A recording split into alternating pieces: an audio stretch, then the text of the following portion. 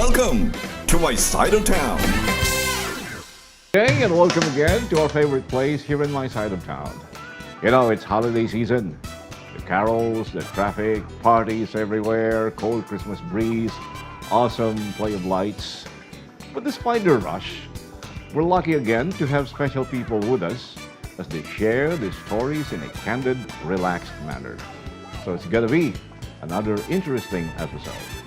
I'm Dante Luzon, you're in my side of town, and we'll be back after the break. Before IMG, I was a civil engineer. Accountant. I was a plain housewife. Before IMG, I used to be a doctor. I was a maintenance crew. manufacturing operator. I'm a housewife. I was an accounting clerk. I'm a medical doctor. I am an engineer. Before IMG, I used to be a teacher. I was a government employee. A production worker. Geologist. I am a bank employee. Before IMG, I was an admin staff. I was a seaman. Design engineer. I was a deli manager. I was a telecom engineer. Before IMG, I was quality director. I used to be a doctor. Production operator. Industrial engineer. IT home-based freelancer. Before IMG, I was a manufacturing specialist. I was an exporter. Engineer. Software developer. I was a Caltex dealer. Admin officer. I was a florist. Before IMG, I was a service crew. I'm great. I am great. I am G. I am great. IMG. IMG. IMG. I am great. I am G. I am great. I am great. I am great.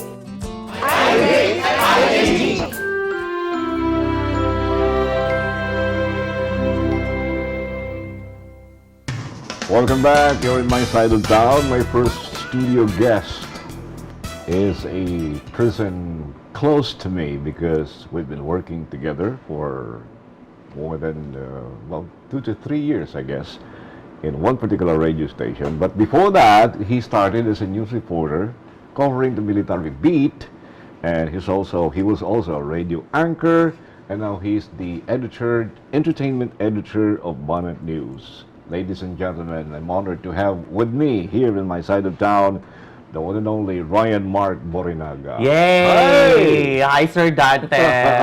And hello sa mga viewers on my side of town. Thank you for having me. I know you're very busy, and finally I was able to catch you. Dili raman jud, basta ikaw. Thank you. Actually, it's now a reverse process because I guested in your show and you interviewed me. So, karon atong balihon ng process. Ay ba, baka ka-awkward kaya ang feeling no, nga kanang ikaw interviewhon. Yes. Kaysa mang-interview ka. That's what I'm feeling now. Anyway, Okay. I make you feel comfortable, relaxed, because this is a very candid, casual conversation. Go. So, mabalik ta sa early days nimo sa journalism because you were a reporter and you told me that you started sa radio. So, how did it all begin? Yes, after graduation, I had my internship at the then Bantay Radio. Okay. And then after that, ila kong gi-absorb. But 3 days ra ko dito. My first assignment was desking. Okay. So for 3 days, ko kapoy ba ng trabaho awi? Like, di ka matug and all, and you do everything, di ba? National news, international, basta tanan, you prepare for the primetime news for the next day. So, nananghid ko ni pauli ko sa mong isla. So I was there for 6 months, doing nothing, sigiglaag-laag and all. And then, after 6 months, nibalik ko, feel ako, kinahalan na ko manarbaho. Okay. So, nibalik ko Bantay Radio, and Okay. then they took me in. Sumunta to siya. I lasted for a year covering Cebu City Hall. And then, after that, wala kay ko na-challenge sa radio. Kaya marag feeling na ko ba na, kung radio, marag sayon raman siya, eh. Really, huh? Marag sayon raman kayong radio. So, I applied sa the Freeman newspaper in 2001, and then, gipatay ko nilag duha kay exam, Sir Dante. Okay. Sure ko nga mahagbong gyud ko anang kanabitong mga psychological exam Yes, mga inaanak yes. na mga Abstract abstract reasoning, ano. yes, yes. Mahagbong magyud ko ana sa college pa mahagbong gyud ko ana. Unya so ko nga hindi ko kapasar ani hagbong ko ani. Ang usa written exam gipahimo ko news item, fire incident. Okay. Abi na ako madawat. Alright. So mo to siya gitawagan ko nila next day kay pasar daw ko sa katong written exam. So it started it all. Pero ako yung first assignment for kanang the Freeman was Palace of Justice. Nga at that time, correspondent, 75 pesos per article po mi ato. What year was this? Mga 2000? Year 2001. Nga kanang allowance. So, gamay ra kay ka. So you were not regular employee then at the time? Not yet, because sa mga nananaw ron, you start as a correspondent. At least karon kanang dali ra siya, marag 3 months ra siya nga observation, and then you're regular na dayon, anak kay regular salary and all. Pero sa una, sa mga struggle yun siya. So, in 1 week, usa ra ka article ako na-publish. So, I only had 75 pesos for that week. And ko, oh my God, ini pwede. Makoy kitaan niya, magutman ko, ani. Were you not given a quota? No, kaya naman kanay allowance nga 2,000. And then sa una, sa among time, naami kanang kota-kota na, kung maabot og 45 items amo in a month, nami additional kani amount o inana. So, I requested na, si Queenie Bronze pa man to, no? Now with, ko ibalhin ko laing beat. So, nagpabalhin ko general beat, regional. 3 articles ra akong na-publish. Okay. Kung hindi gapon ko, ang gapon akong kwarta. Mas nako pa akong kwarta. Sa estudyante pa ko, kaysa now that I'm working, di ba? So, compared sa imong income sa radio? Ay, sa radio, gamay pa masagyod tong radio. Even now, gamay ra mag-yung radio. So, kato sa una, gamay ra yung ketong radio. To the point, kagiinan ko sa akong mama at one time in siya nga, sige lang din ha, gamay ra kag sweldo ka. Ako rin muhatag ni mong allowance. You know, mothers, di ba? So, inatuin ko nga, ato kong Queenie, ko ibalhin ko og police beat. And siya, are you serious? Kaya na ba yung bakante? Kuwangan yung usa sa police beat. Si Jovi Tagway ram to ang reporter that time. Ko, yes, serious lagi. Kaya, you know, it's a man's world. Unya, nga to ka dito. Yes. All out, but you go loud and proud, no? So, yung mag-unsa ko dito, anak. Kumubalhin ko. So, pagbalhin ako dito, started sa kaning mga police station. Ako yun ang libuton every day. Okay. Mukapyot ko sa jeep and all. And then, hangtod mo, promote na ka mo. Ato na ko Cebu Provincial Police Office. And then, I covered regional PRO 7. I think murag didto ko hiyang sa PRO 7. And then eventually you became the president of the military veterans. Oh yes, because at that time ang mga ligon ato ng hawa ng na-promote or si Dennis Tabar kay murag nabalhin siya laing beat. Si Joy Tumulak, batch man na nako is kanang nilansar siya. So ni-leave siya sa the way AB punto siya ato. So ang nahibilin ako may vice president, so ako na ang move up. Okay. In ana siya for I think a year. Then I although it was not really confirmed that during your term as a president, you were strict. O sa strict, but ani nga story. Like grabe kay ko kuno ng mga pulis. Kachesses ba? Okay, no? Because grabe kay kumurag by the books ba? Kadaghan man kay kung gipangkiha nga mga pulis kanang ipang administrative complaint. Okay, why? You know, when you are facing administrative complaints sa police, wa man kay madawat ng benefits in the Christmas. So marang magkinto gyud ang mga pulis ana. No, kay dili ra kay ko murag sa una by the books gyud ba na dapat in ani mong treatment. Can you give me an example of what administrative case you kuan kanang kani man siya pinaka-controversial, namatay na rabang police aning involved. Oh, yeah? May rest in peace. Pero nagka-amigo nami. Okay. Nagka-amigo nami. Nya. Sa Carbon Police Station man to na kanang manawag ka ba?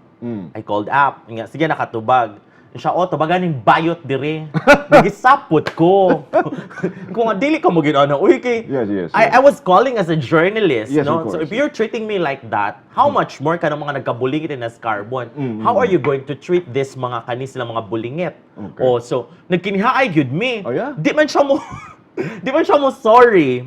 So ako siyang gifailan. Kaya di mo silang Colonel Paul Labra sa una nga file aron makakuan siya. Aron makatubag sad siya. So akong gifailan. So, the moment nga na nakain-ana, kanang, wala kay madawat na ng benefits in the Christmas. So, nga, pinanggaam sa gusto mga tao good sa una. Charing! Yeah. Sa mga kuan balik, sa kaning mga radio commentators. Yes, Every time nga na in-ana, mahitabo dito sa kuan, sa CCPO, inig kagabi magbuto-buto na sa mga radio stations. So, di ko magsaba na kanang, mauwa na ko nga, grabe murag nagara-gara nagyud ko ani kay Okay. every time mo kuan ako name nga si Ryan giaway na sa pulis ang mga tanang mga radio station di kag magbuto-buto so di na ako magsaba kung pag inula mga field reporters nga ayun nag-ingna si kuan ha si Bobby ay nag-ingna si kuan dito. Pero you mean nagbuto-buto sa radio? Were they supporting you then at Yes. that time? Kanang they were comforting me. Oh. Kanang murag sila mo'y nangaway for me Okay. nga dapat dili ingon ana ang treatment ninyo sa mga journalist ana kanang way mga phone etiquette. Okay. Ba o mo na siya most of the time gyud ang problema. And kanang di magpa-interview sad. Okay. Oh. Di magpa-interview like ambot asa na ka siya na-assign. Si provincial director sa una sa diri sa Cebu. Di siya magpa-interview. Akong gitug-an ni Roderos. So pagkaugma mo to gi-meeting mi tanan didto. Bag-o pa man tong regional director si General Delfin. So gi-meeting mi tanan didto. Everybody mga 17 siguro may kabuok. Nya. President ako ato. Okay. So ang ending kay bag-o pa man to siya ato sad si General Delfin. In siya mag-lunch ko na mi. In ko nga pero rin siya mag-party ko na mi. In ko ay hindi namin kailangan ng party, kailangan namin balita. Taray ka, ha? Hindi namin like in Manila, di ba? Also Oh, na mga inaana, like oo. kanang murag camaraderie Yes, with yes, yes, kuan yeah. press people. Oh. So ilang gida nga culture diri, kung ano, hindi namin kailangan ng party. Gusto lang namin balita na niya. After mag 1 p.m. kapin, siya mag-lunch daw mi. Inko nga, abi na ko gadto ras canteen sa Pier 07. Inko, niya na silang, napamto silang Edgar Escalante, Yeah, the veterans ba? Oo. Isla nga, tanongin mo si Ryan, sir, kasi siya presidente namin. Pagpapayag siya, papayag kaming lahat. So, yung sabi ko, yes, kabi lagi na ko sa canteen. We gidawan me somewhere. Okay. And it started it all. Na, marag, migo na kay mi ato kato siya nga Aha. general si Oo. General Delfin abot asa na siya ron. Basta my stay sa police beat was very colorful. Yeah. Kay daghan kay ko dito mga na-learn, daghan kay ko dito mga stories nga mga memorable coverage and all. How And many daghan years? sila How many kipang-away. years did you cover the police beat? 5 years. Dugay-dugay. From 2001 to 2005. Free man na ka ani. Yes, unya niabot na siya sa point nga nagdungan siya ang entertainment at the same time police pagka 2004 pagsud sa Philippine Star sa Freeman ganahan sila nga i-strengthen ang kanang kuan ang entertainment section sa Freeman pa to unya kay at that time same section naman ang lifestyle ug entertainment sa Freeman so ganahan ang Philstar nga mo separate gyud siya. Aha. So lifestyle and then entertainment section, different sections na good sila. So mo to, I started with Madam Mayan. Oh. Mayan tan. So Madam Mayan mo ni kuha gyud nako first. Wow. Siya ni hata nako break sa entertainment via a column. So, pag-shift nimo sa entertainment, totally nibiya na ka sa... Dili pa, it took like 2 years. Kay di man gyud unta mo sugod si Sir Jerry Good. Tundag. Nga mohawa ko, yes. Sir Okay. Jerry Tundag, among editor-in-chief at that time. Di siya mosugot nga mohawa ko sa police beat. Kaya according to him, wa daw makapuli nako. Because ako rin isulti ha. At that time, I was afraid nga bayot ko. Loud and proud ko niya, mukha ko sa police beat, mahadlo ko ba? But at that time, I realized na advantage kung bayot ka, we. Why? Because kung bayot ka, wa mo kay malis siya. Aha. Like, ako mag-agbay ko sa mga pulis sa una, ang mga sources and all, tawag-tawag ko, ana. Ang mga asawa, di sa sila, Yes. don't tell me, mga bubusan ako, manawag ko sila mga bana, like tungang gabi for a story. Oo. So, advantage good siya. Murag, ang maiskandalo is ang source na hinoon mo. Pero kung babay ka, lahi man, di ba? Like, Yeah. kung sa magbay-agbay ni mo ang general. Yes. So, naimalis siya. Yes. Oh. Kung laki sa ka, mag-agbay-agbay mo, mag-appear-appear mo, mag-hagwa-hagwa mo, lahi sad siya. So, it's really an advantage when you're gay covering the police beat. Okay. Oo. So, muna siya akong record sa una. So, mo to nga, daghang maingon nga, grabe kay kong sourcing. Pero niabot sad ko sa point, Sir Dan, sa nga, first year na ako sa police beat, sige yung ko ka-outscope. Why is that? Because that's normal, according to the late kuan, Sir, kasi ito mong editor-in-chief sa una. Si No, Habat. news editor, si Si- Sir Francis, and also Sir Habat. Oo. Yung si Sir Habat nga, normal raman ko na ma-outscopean jud kasi mong beat for 1 year because you're establishing sources Okay. and you're building the trust of the people there. So, kung ma-outscopean pa ka, ini ka second year na nimo, that's not your beat. Dili kahiyang din. How do you deal with the like you're close to a source and then the source say I'm gonna give you something. This is a very, very sensitive information, but please off the record. No. How do Ako you daghan do kay that? kog inana. Inani man siya. Inig-ingon sa source like katong sa una sa mong sa relationship ni General Delfin. Close mo gyud mi ato. Ambot asa na ron siya. Hi General Delfin. Close mo gyud mi ato niya. Kanang moment nga time nga kanami tawag na yung mga terrorist attacks. Yeah. Katong uso-uso pa siya sa Cebu nga. Yes. Na yung mga butir terrorista kay Yes. bahay ning Yes, kaning yes, nga mga yes. facilities and all. Nagimin ana nga mga sourcing kanang nga Ryan kanang nigawas ni sa EFP na intel nga nay nangabot diri nga group kay bombahan ang depot diri sa na. Nya manawag ko ni Delfin. Imo anas Delfin nga sinong source mo diyan? Nya we're close man. So musulti sad ko nga mo na akong source. Para musulti sad siya na ako parang you give and then you receive. Inana nga relationship pa. Siya. Actually totoo yan. Pero nasa sayo yan kung susulatin mo yan. Kasi magpapanik ang taong bayan yan the next day. Inko, okay. I was just ordered to pursue the story. Ako rin siya ignon. So, hindi ka human na mag-story ng Delfin. Mga doon ko sa editorial. Okay. Sir Jerry Barong niya. Sir, in anong situation, so, Sir Noel, pangili namin siya nga, sige, sulatin mo yan. Yung anak ko isa, kay ni anak man Yes. ko na. Pero di siya kumayon nga, di ni pwede off the record. So, But the moment nga maingon ang source nga off the record niya siya, I'll look for another source. okay. Di na ako siya sultihan niya, nakaibaw na ko actually ana nga information. So you're doing things really by the book, as you said. In ana. Yeah. Pero naabot sa point na nga, nakaaway pa kong madre. Madre, tell me Wala about na. it. Wala na ron. Basta. Sa una, that was news very related? controversial. Oo. Ningadtog yun ko sa ilang school. Okay. Oo. Yaya kong gikuan-kuan dito. Yaya kong gikasabaan dito and all. But eventually, nag-amiga mi kay Christmas season sa doon na hitabo. Well, is it because of the And story there was a that... story na involving their student Okay. nga among intern sa una. Ah. Unya nag-open forum kuno sila dito sa school. Gisagpa kuno ang Estudyante. ang estudyante Ang intern. sa madre o nya. Ang claim ni sister was dili man siya sagpa, di man siya slap. It was just a tap. Well, anyway, akong giswat ang story. Ni break mo siya Sir Dance kanang mga alas 4 na sa hapon. So we were pursuing the story, tawag and all tawag. So nanawag mi sa school, involved. Mga alas 9 gabi, we were pursuing the story. Kaya di man dyan mo tubag. So sige, pag dyan may tawag and tawag. Napta na may alas 9, deadline na biyan na sa Yes. newspaper. Unlike radio na immediate ni mo din ha, pwede ni mo i-follow up and all. Sa newspaper naman ay deadline. So, among giprint ang story, wala ilang side, among gibutangan dito. Kaya nakastorya mo sa Gyuko guard, nga anang guard nga, tawag ilang balik dito kay nag-grocery, pa siguro novena, pa siguro sa ilang balay ba, ana. Or more kaning ilang convent ba, ana. So, tawag and all. Wa man dyan ako na-contact, so we printed the story the next day. Kami rin ni Carrie sa story.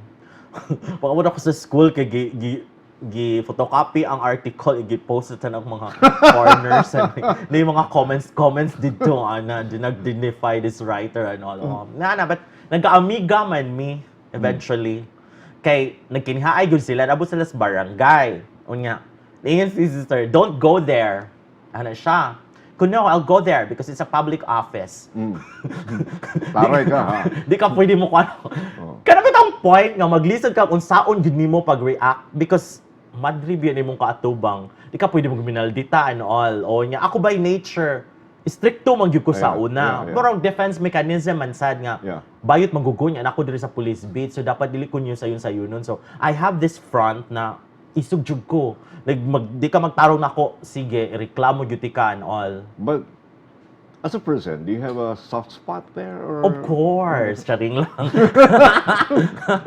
No man, like I easily cry actually. Okay. People think na stricto kay ko and all, but I easily cry. Because like mga family I issues and all. observed you while you were on board kay magsunod ba yata before? Yes. Before, after you show, I came in for the news before we became partners. Lifestyle and entertainment show. Yes. And then And imo you were so newscast. particular if the audio is bad. You went berserk and mo reprimand ka sa tech, which for me, I also have my own share of that. Kay ang losing end is the anchor. Yes. They don't blame that to the people they don't know and they don't hear and they don't see on television. Like because kung bati magud akong microphone, ining paminaw ko sa akong audio, patay gay kay siya. Akong energy mo low manggod siya. Yes. It's an entertainment show. It Yes. should be like lively and energetic there. So inigtingog na ko niya, time check. Yeah. Bati man akong audio Sumuha na di ko stick na siya. Check akong microphone. Mauto sa una, when you're on board, technician, magkintog yun na. Natin, ano ako ka-feel? Kay, basin unyag, you're so particular about the audio quality and all. Anyway, okay, so, mukuan lang ko, musigway lang ko. So, from the covering the news beat, the military, the police and all, you shifted to entertainment. So, when did you become a full-time entertainment editor? In 2006. Okay. In ani ni siya. Si Sir Jerry, di sila mo sugot, nga mobalhin yung ko, kay wako ni mo puli and all. O niya, si Sir Miguel Belmonte, ang Philippine Star. Yeah. Oo. Muna dyan niingon, December 14, 2005, Christmas party sa Freeman in siya. Ryan, would you like to transfer to Banat News as entertainment editor because we will strengthen our tabloid? Yes! Without a single line? Yes! Oh, yes, good ayon. Kung muna takong gipaabot. Good Sige, batting and eyelash, yes. ha? Okay. Sige kong attempt na gikapoy na ko. Because when you're a police beat reporter, Sir Dance, 24 hours magugaan ang on-call. I know. I remember nga nasunog ang UC High School before. I went there nga naka-cream akong naong. Kaya mo pa pag-uli na ako at that time, 2 a.m. So, pati na ako mamutag kuan para manindot sa dintaw na itong naong, di ba? Uy, gitawagan ko nga, dapat mga to kasi UC ka na sunog. So, ningadto ko, people were looking at me. I did not know why. Doon ako naka-realize, pag humana mga 6 a.m., how man nag-interview and all, oh my God, puti di kaya kong now. Okay, pag full-time na niyo was entertainment editor, did you ever wish or long for the days that you were covering the rally or the, stories? Kuan, mga it took years pa man, usa ko gimingaw na, kanang murag, the hunger for kanang murag, in-depth good nga mga stories. Yes, Oo. yes. Kanang real action and all. Because, lahi magod siya. The shift was very kuan, kanang kung police beat ka, unpredictable imong stories Correct. every day. Kinsa ang mga tao imong makitaan dito and all. Pero kung sa entertainment ka, everything is organized. Yeah. Kuwaon kag sakyanan, dadon ka sa aircon nga venue and all. So, lahi siya. So muna siya nanay mga time na manghilabot ko sa mga reporter.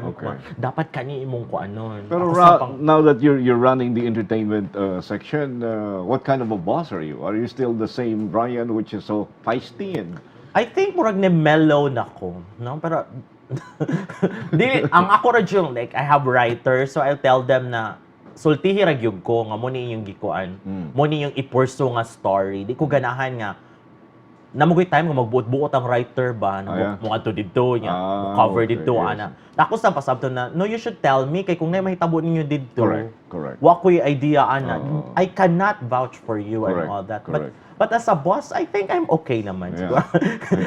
Maybe you should ask my kuan sila Sanden and all. Sige kung I'm okay na. By the way, I would like to thank you personally for giving me the exposure. I was featured sa entertainment sa Banat. It's always our honor. Dante Luzon, Maka. Di na ko isulti ang kuan. Ladies and gentlemen, nagkuyog mig newscast before sa DYRC. We did the noontime newscast, and you are just one of those very few media practitioner in broadcast in particular who can shift from entertainment to hard news in terms of anchoring. Okay, before that you were hosting the entertainment leisure program, and then you were hype, and then suddenly pag 12 noon, okay, this is Ryan Mark. Thank you, Sir Dante. But ako man yung ganahan. I was 13 years old when I decided to take up mass communication. So ako yung ganahan, I wanted to be the next Noli De Castro. Di ba? Philippine television. Pag ako third year sa mass comm, ko nga wasa siguro bayot nga Noli De Castro. Muna nga time nga ni sikat og maayo si Boy Abunda. I want to be like him. Yeah, all right. Anyway, we're running out of time. We could have, we could have talked more of escapades. Abi na ko sa mga pangutana, uy, nakuyawan ba ako? No. Because I'm facing the Dante Luzon. Charing. Finally, it's Christmas season, it's holiday season, and we're about to close 2019. Unsa may imong Christmas and New Year's wish? Na? Well, emotionally, my 2019 was bad, no?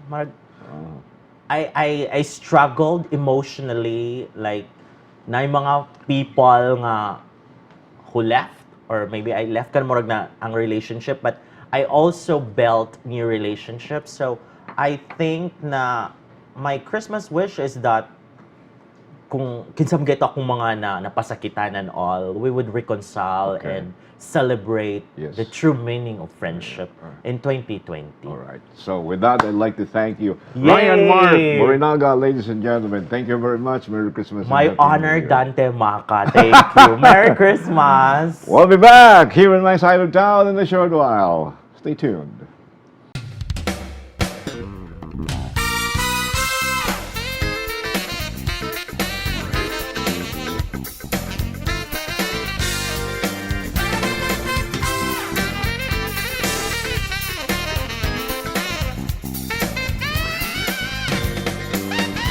Welcome to my side of town.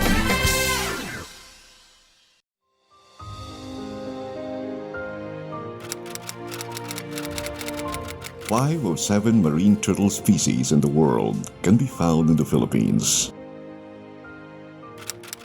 But these marine turtles are threatened by human activities. Stop poaching, egg hunting, slaughter, illegal fishing, and pollution.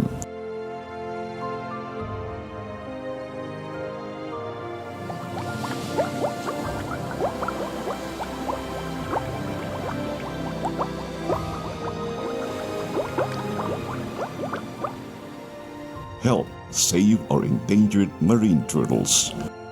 A friendly reminder from MyTV Cebu, your channel, my channel, and also brought to you by the International Marketing Group, or IMG, Kaiser International Health Group Incorporated, and De Los Reyes Optical Clinic.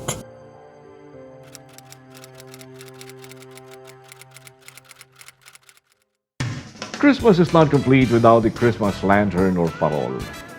In the Philippines, it has become an iconic symbol of Filipino Christmas. Its annual debut on houses and streets signals the coming of the Christmas season. In my side of town, may be unknown to many, a man very modest and humble has been making lanterns for almost 40 years now. This has become his livelihood during the holiday season. His name is Efren Caballes. Let's take a look.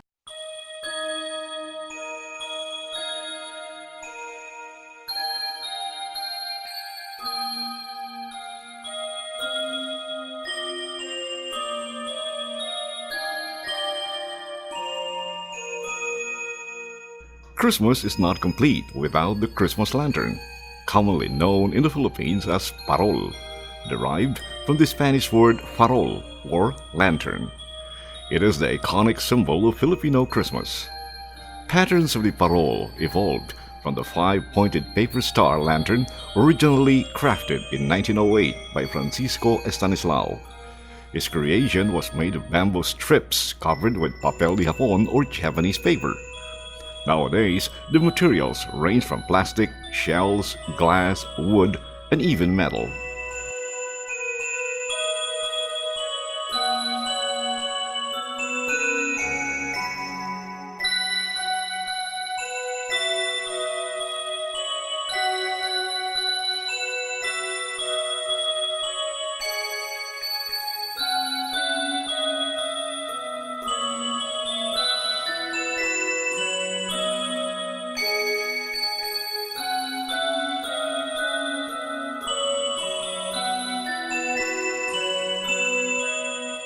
Efren Caballes, a 62-year-old resident of Andres Abiliana Extension, Barangay Guadalupe, Cebu City, has been in the parol-making business for almost 40 years now.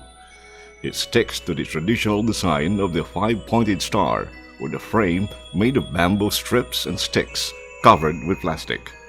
Nakikita ko sa mong silingan na muha to sa unang nani, nga karon nga wagdag na. Akong gisunod. Nga kuhaan ako kuhaan mga paumagi nga makabuhat og mga design. Mo nang naghan mo order mo diri. So pila ka tuig na inyong negosyo? Mga 38. Efren usually starts getting orders as early as September. His clients range from malls, schools, churches, banks, and private individuals who often purchase in bulk.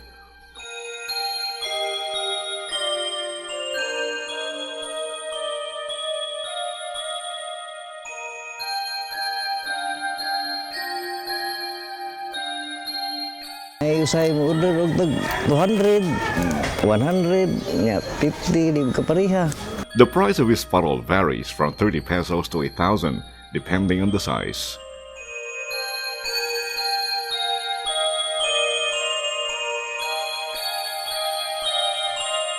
Kanini tag 120 ni. Kompleto na. So katong gagmaan ka ng inani, tag 150. Kanang dako kayo, tag 500. Asa may pinakadako ngayon na yun? Kuwara, kutob na sa forfeit. Nya, kung na-order, mas labaw pa na, kamang buhaton. Pila mo sa lang ka ng depende sa? Depende na sa gidako nilang i-order na mo. Kung order sila forfeit, tag 1.5 ang buo. To meet the growing demand, Efren gets additional manpower, mostly his close associates, whom he pays regularly. His work area is just a few meters away from his residence. Pila ka buki mo ang tao? Siyam. Siyam? Pero wa din yung uban, tapos ubos kay katag-katag mo na ko kay para di maghuot din.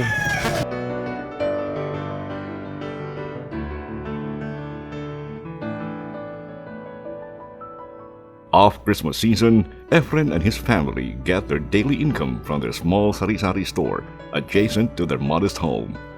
His wife attends to the regular chores, while his only child works as a call center agent.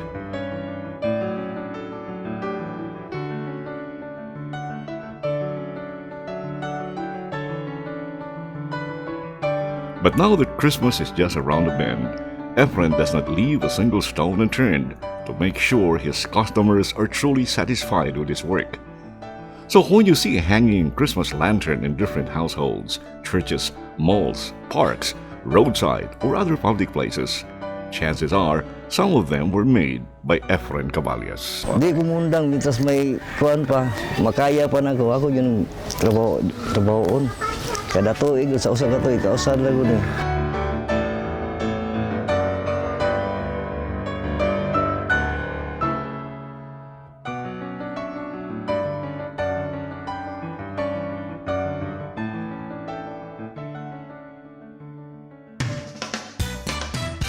The Christmas lantern or parol represents the creativity of the Filipinos and one of the best Philippine expressions of the Christmas spirit.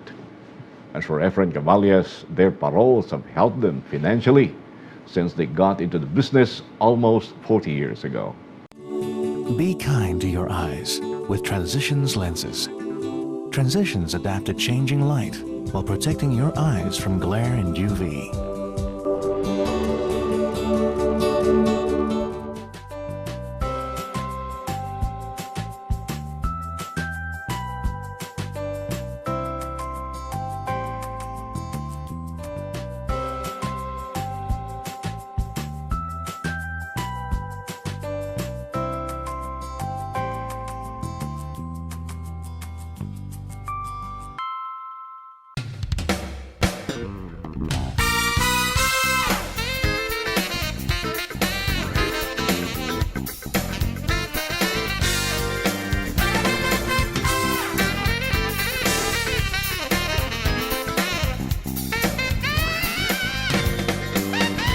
Welcome to my side of town. You're watching My Side of Town and Dante Luzon, and our next guest, again, is somebody closer to me professionally because we've worked together for almost a decade hosting the weekend variety show, still the old ABS-CBN studio in Leon Quilat and Pidilosario Street. And at the same time, she was with Sunstar then at that time when I first came to know her. And she is into PR and events, organizing events and handling PR works. The former VP for how's this? Reputation. Management of the Ramon Avoitis Foundation Incorporated, or RAFI.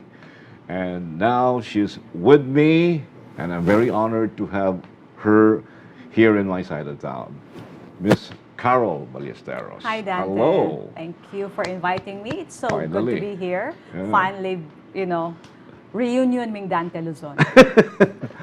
Actually, this is the second time that we have this, because I think not so long ago, just within this year, we had this candidates forum at Yes. Last University of San Carlos. April, May. Yeah. And I think that was the first time that we were paired together after more than 20 years. Really? Was More it? than 20 years? No, not more than. Yeah. Yeah. Because you quit the, well, not quit, but you Retired. from hosting Uh-huh. when you went into managing in ABS-CBN. And I was focused on news. Yes, you were in news. Basically, 100% of my life was Right. spent on news. But Right. the magic was still there, Carol. I believe that after 20 years and bam, we worked together again. And still the chemistry still works. Yeah, if there's chemistry, it'll always be there. All right, let's backtrack now. Way back in the early 80s, I met you for the first time because we had a TV production workshop. I was in Davao then. I was based in Davao. You were here. Yes. And you were still a student at the time. We had a show called Sali Kami, Yes. sponsored and produced by Unilever. And then we had a show, and I was hosting the Davao version of Sali Kami, and you were hosting the Cebu version. Was it Sandy Bass or Manny Robacal? With Sandy Bass. Okay. Yeah. So, was Sali Kami your first TV program ever? Not really Sali Kami, but from the same producer. My first TV program was Premio Jamboree. Uh-huh. And then my first on-screen partner was Mike Cabras. Oh, Mike. You know him? Yeah, of course. Yeah. Luckily, he passed away. Oh, really? Recently. I didn't know. Yeah. As in recently, as in last year, this year? No, just about less than a month ago. Oh, really? Yes. I didn't know. Yeah. He was my first co-host. So, how were you discovered? Well, I was on TV. No, sorry. I was in school that time. I was still a student. And a schoolmate of mine, Beverly Abelgas. Okay, I know her. Si Tito Larry, the father, was the producer of Sali Kami and Premio Jamboree. No, Sali Kami at first. And then they were together with PRC at that time. Yeah, Philippine Refining Company. Yes, which became Unilever. They were producing another show called Premio Jamboree. And, but Beverly invited me to guest in a segment called Close-Up Campus Co-Ed. Oh, yeah. I remember that. For Sali Kami. And then they were featuring so-called school personalities, campus personalities, to sort of endorse the contest. Okay. So since I was very active in school, Beverly thought of inviting me. So she said, can you just guest and endorse the contest, invite women out there, students to join. So I accepted. And that was a Saturday. So I was the guest. So they introduced me as the campus personality of USJR. And during that time, the executives of PRC then were in town. So they were watching live. They saw you. Si Ed Cruz, I remember Ed Cruz, Josel Olanday. So they were watching me, and then they said, "Ba, she looks telegenic." And at that time, they were looking for a host for Premio Jamboree. They already had the male host, si Mike Cabras nga. So after the show, they asked me, would I be willing to host a TV program on every Sunday naman this time. So I said, why not? Because it's a weekend. For me, it was extra income. It was income because I was a student.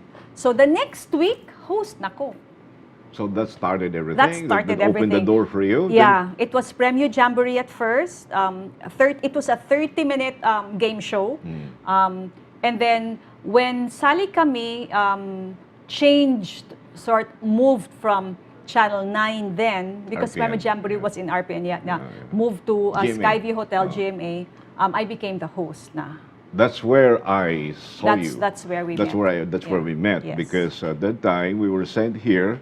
The production team from Davao was sent here for a workshop. So I think- Every summer we would have a Yes, workshop together. All of the Sali Kami hosts, Cagayan, Davao, and then Cebu.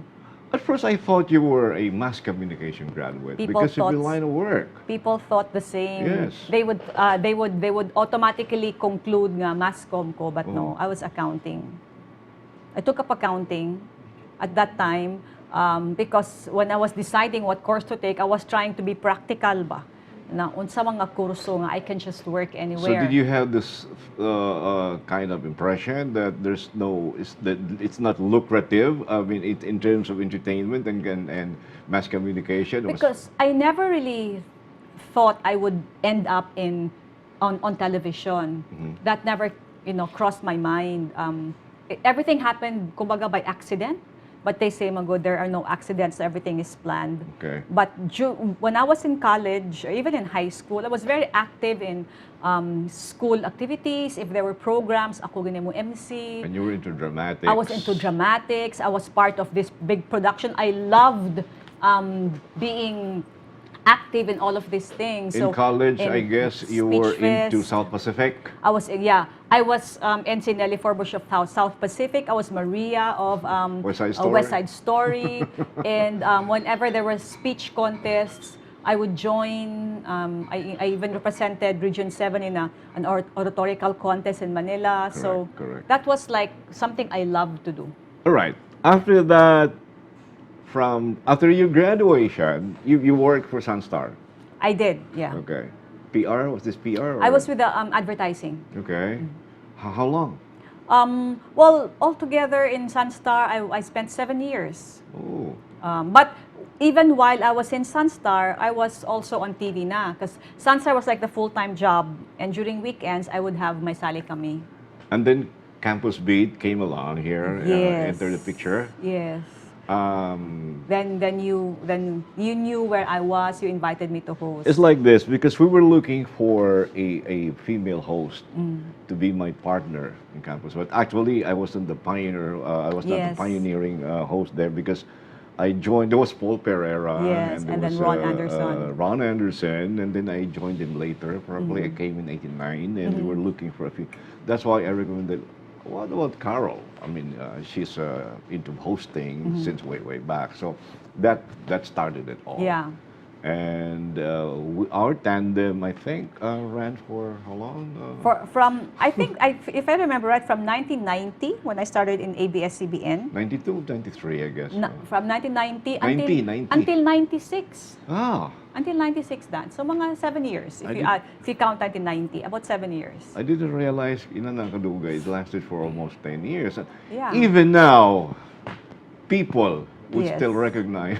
Yeah, and then they would ask about us. When are you and Dante going to have another show?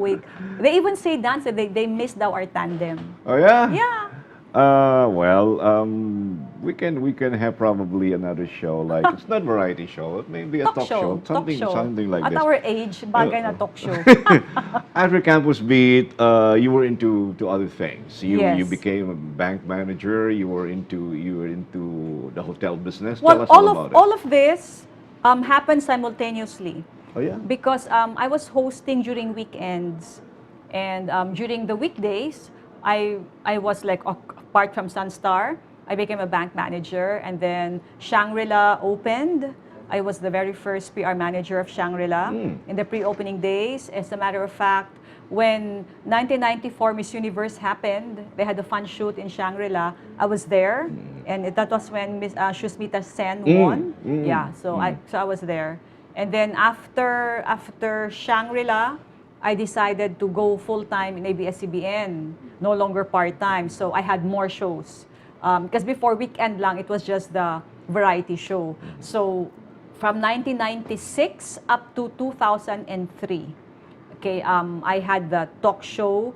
I had a talk show with Cosme that started. Carol and Cosme. Yeah. Carol and Cosme. That's actually kumbaga, the mother of all the other talk shows that ABS-CBN had. It was Carol and Cosme. When Cosme left, it became Home Buddies. And then after Home Buddies, it became Chika Haita. Oh yeah, I remember. Chika Haita, and then Alas Diaz na, which became MyTV. Okay. Yes, and then after MyTV, I think that was it. MyTV na. Just curious. I hope you're comfortable talking about this because people, especially during our time on television, have known you as Carol Go. Yeah. And then you are now back to Carol Ballesteros. Yes. When I started hosting, I was Carol Ballesteros. Okay. When I got married, it became Carol Go. And that was when I was with ABS-CBN. Yeah. So I was Carol Go already. Yes. And then I got annulled in 2001. And so I went back to my maiden name, Ballesteros. It took a while for that name to be known because even until now, Dance, Yes.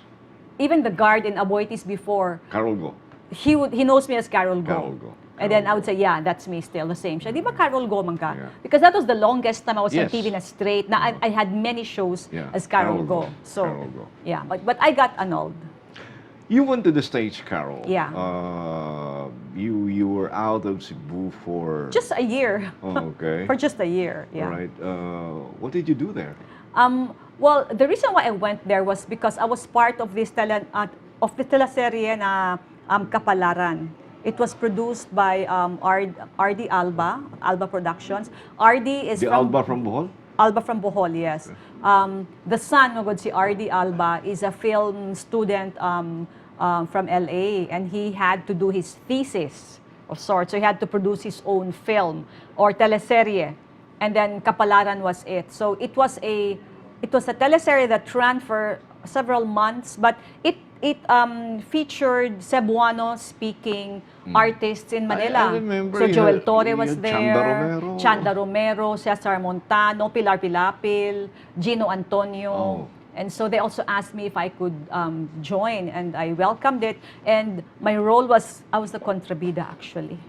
Kaya ako beauty, dili gi siya pang bida, pang kontrabida. Okay, so but anyways, my character had to go to the States. That's why I went to the States. And you stayed there for a year. I stayed, after the shooting, I tried my luck there in the States. I thought I could make it there. I thought I was strong enough, but I missed my kids. Yeah. So I came back. So when you came back from the States, you were back into the entertainment? No, because I was there at age 40, and I realized, I'm not ashamed of my age, no? I realized that I needed to do something that was more secure. Because in ABS Dance, I was just a regular talent. I know. Contracted talent. I know. And I wasn't a regular employee, so I didn't have benefits. So I said to myself, I finished something, mampo, di ba? Yes. I mean, so I might as well go back to the corporate world. And so that's what happened when I came back. I joined, at first I joined a call center, communications, which is my forte. And then I got a call from Aboitiz, because I was an Aboitiz scholar, man. So back in college, so I got a call, and then I joined the Aboitiz group so I was with them from 2005 until 2018, until my early retirement last year. And during those times, you had your hands full. Yes, because I was still taking care of communication. Yes. And then, of course, I also took branding. And then when they decided to merge branding and corporate communication, it became reputation management. It's basically taking care of the reputation of the company, which included branding. So the name was coined Reputation How did Management. you manage your time, Carol, being a single mother and, with all the things that you've been doing, and the kids were so small at that time? Everything was scheduled, Dance. In the morning, the kids are off in school, so I'm at work. And then after work, I go pick them up. Wow. We go home together. So everything was just time management, really.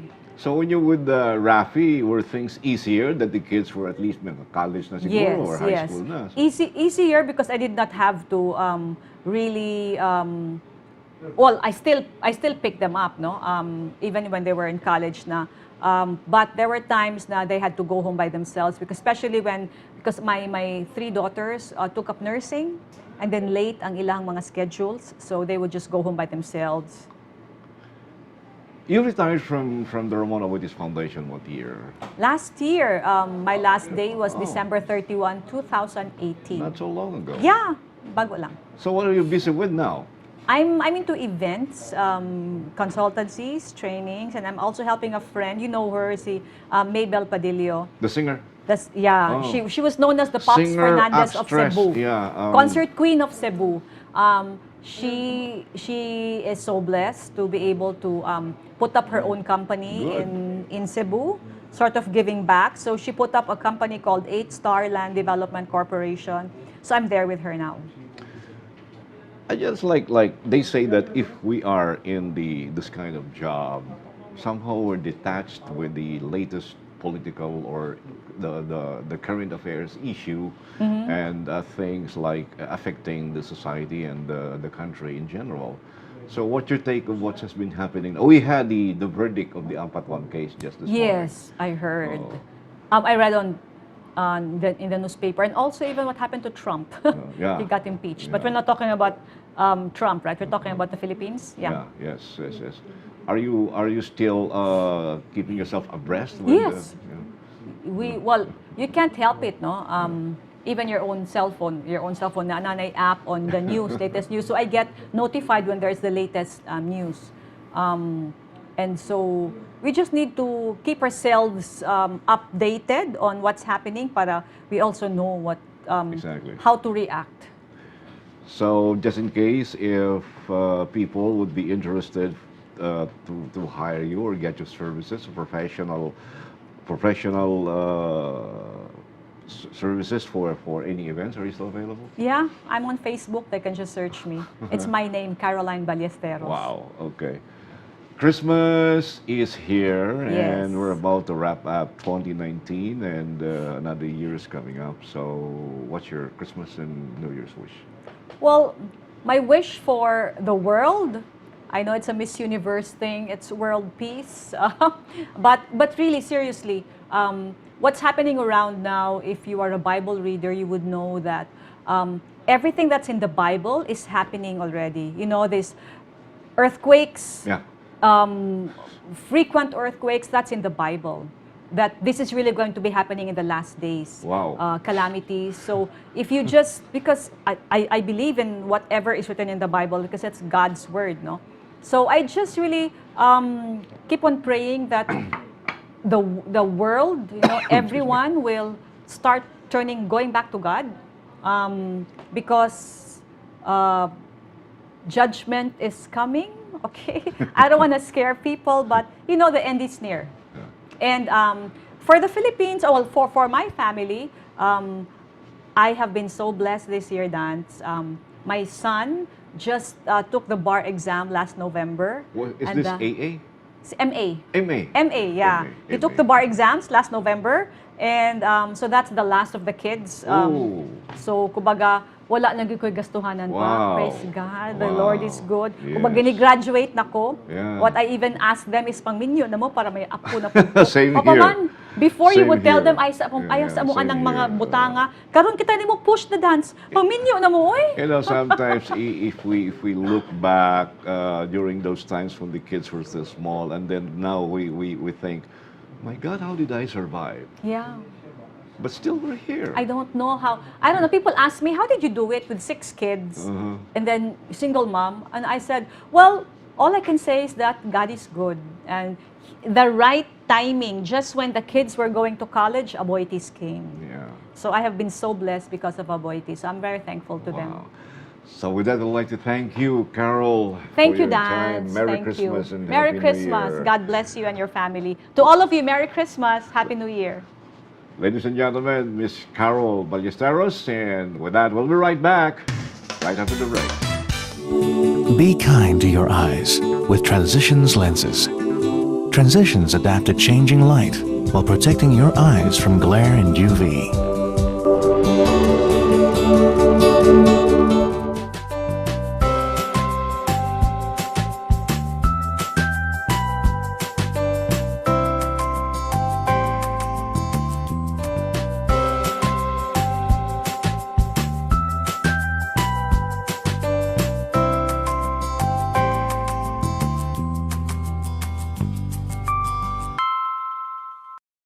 Well, before we wrap this episode up, I'd like to share this beautiful Christmas song written by Robert Wells and Mel Torme. According to Mel Torme, the song was written during a blistering hot summer in an effort to stay cool and by thinking cool. It's simply titled The Christmas Song, but some people thought it's chestnuts roasting on an open fire, and I'm sure you're familiar with it. Here we go.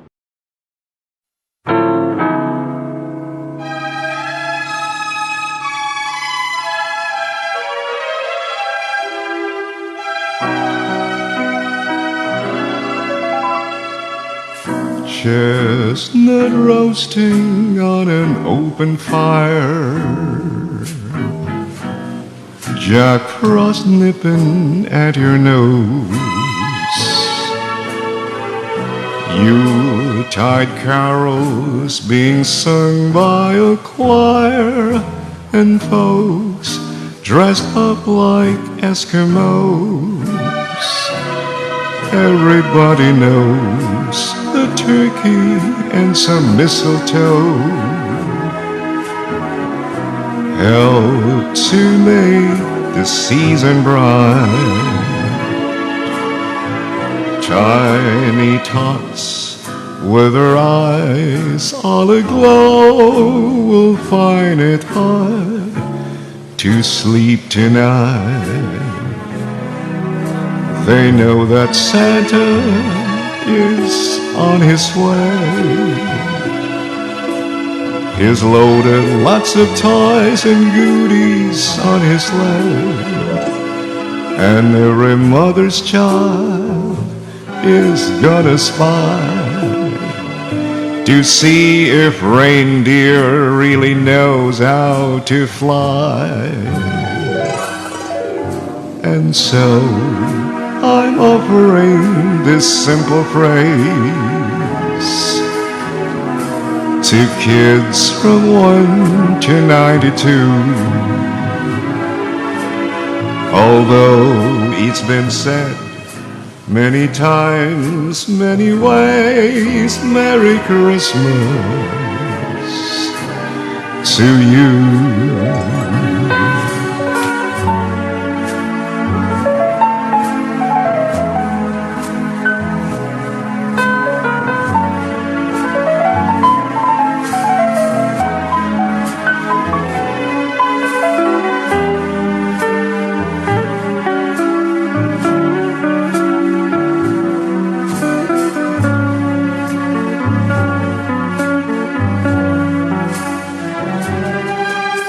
And so I'm offering this simple phrase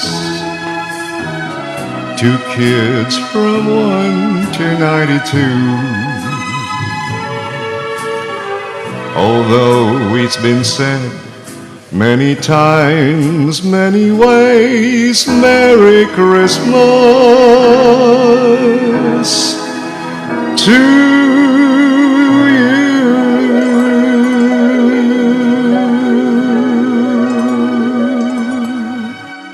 And with that, from MyTV and this side of town, my side of town, everybody here, would like to say Merry Christmas and Happy New Year, folks.